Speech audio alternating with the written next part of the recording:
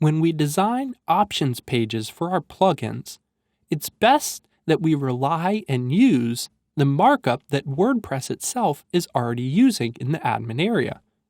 For example, just on the dashboard, we could see that we have the ability to have these widgets styled a certain way, 2 columns,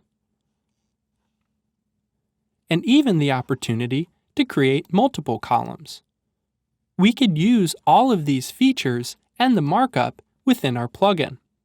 To see all of the options we have available, we're going to use a plugin called WordPress Admin Style.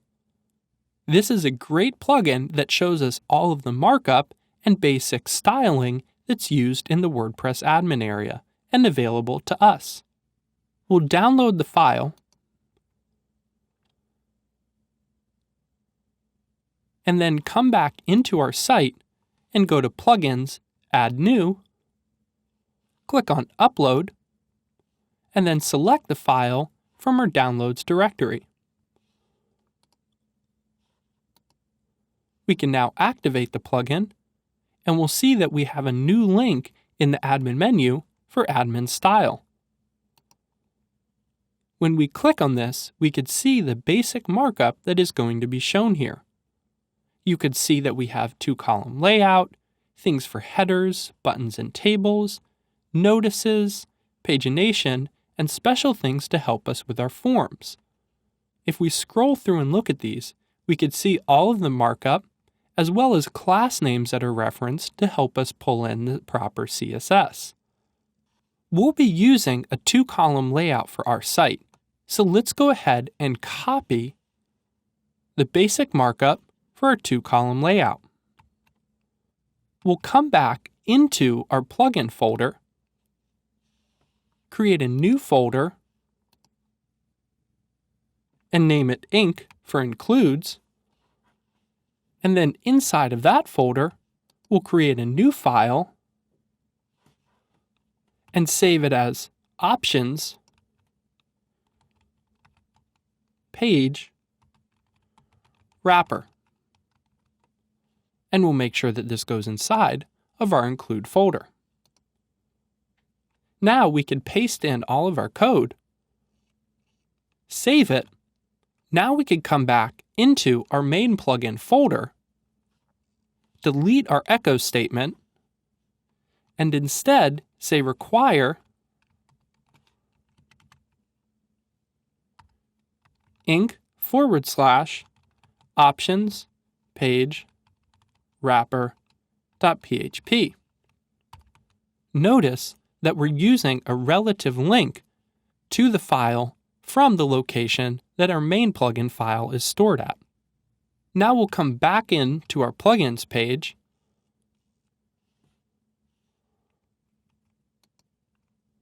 and we can see that we have this basic format set up for us. Now what we're going to do is add in all of the basic content that we're going to use for our entire plugins page. There's quite a bit here, but setting this up now will make it really easy for us later when we want to just go ahead and start adding in our dynamic content from the actual Treehouse site that we'll be using. So let's go back in to our include file and start making some edits. The first thing we'll do is put in a main title that says the official Treehouse Badges plugin. Then we'll come down into this first meta box and we'll change the title here to say, let's get started. Then inside of the inside space where we see content space, we're going to insert in a form that asks the Treehouse user to enter in their username. To get the proper formatting, we'll come back into the admin style and we'll first pull in a table. Tables are usually used in WordPress to build out form elements. We're going to use a very simple table here without any styling since we don't really need the borders and rows to show up for our plugin. We'll copy the code, come back into our plugin, paste in the code, format it correctly, and then we could go ahead and change what's actually appearing. We'll leave in the class form table, but since all we're asking for is a username and a field for their username, we could take out all of this extra content here. Then we could change these to simple TDs since we don't really need a header for this table. Then inside of here, we'll go ahead and create our label and our input field. Let's come back into our plugins page and look at form elements. We could see here that we have an input field with the class regular text that looks good for what we'll be using. We'll copy this, come back into our code, and place it inside of the second table element. We could then create a basic label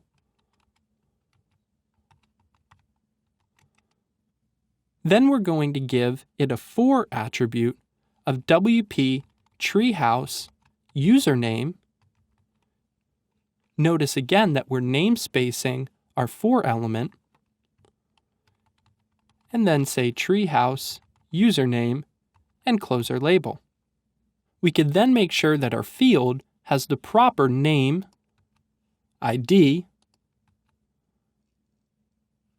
class, and value that we want it to have. If we come back to our site now and look at our plugins page,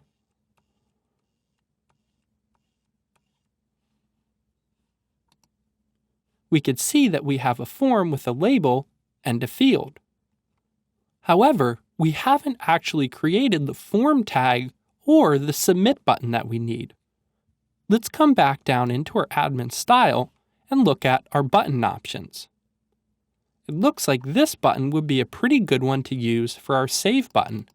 So we'll copy this, come back down into our code, and outside of the table, we'll create a paragraph tag, and inside of that, put in our save button. You can see that we have the proper class. For name of it, we'll name it treehouse username submit, and then we'll give it a value of save. Now, above and below all of this, we need to add in our form tag. For now, we'll just say form method equals post and action equals blank. Then after our save field, we'll go ahead and close our form. When we come back to our main page now, we could see that we have the form and our save button. When we submit it, it doesn't really do anything, but that's okay. We'll look at working with forms a little bit later. Now, let's jump back in and quickly add all of the remaining markup that we want to use. The first thing that we're going to do is add another meta box here that displays our most recent badges. To do this, we'll come back into our code and copy this post box, and below it, paste in another one. We'll name this one most recent badges,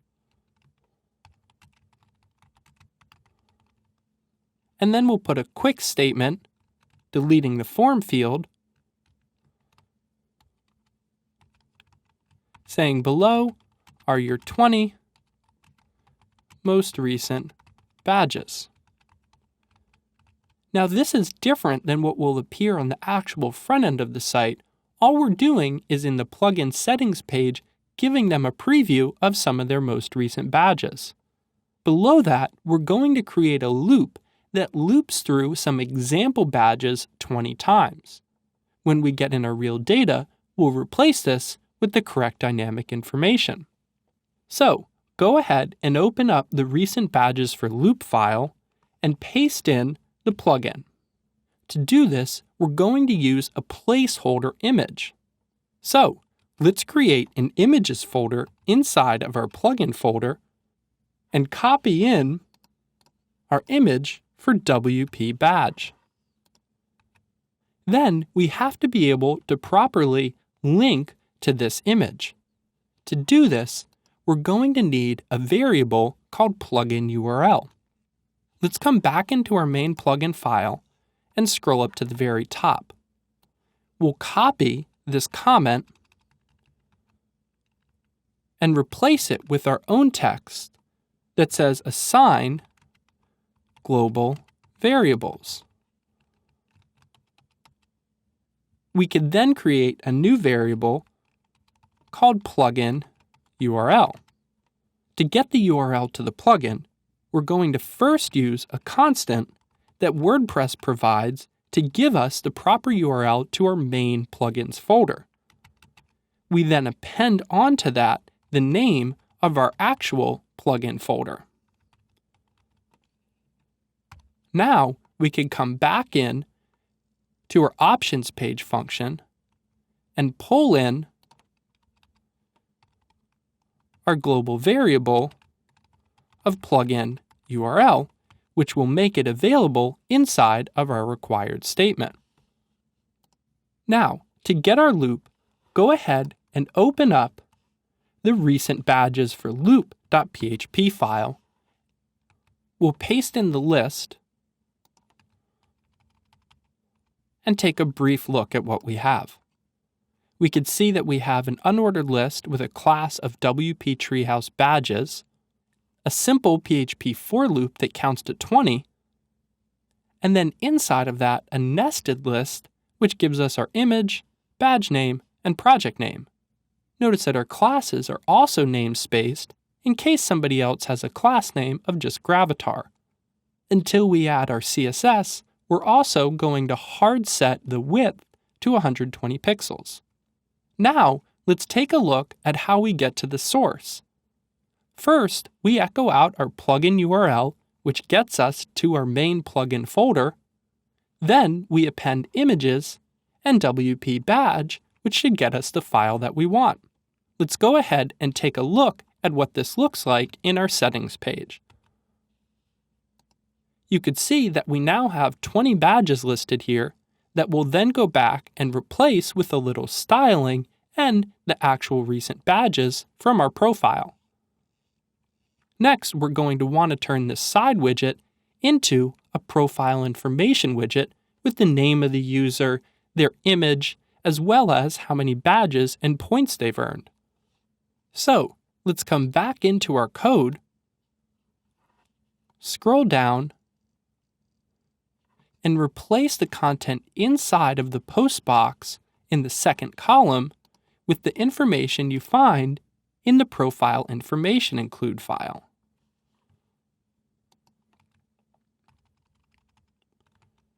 You could see that we're hard-coding a username for Mike the Frog, hard-coding our width,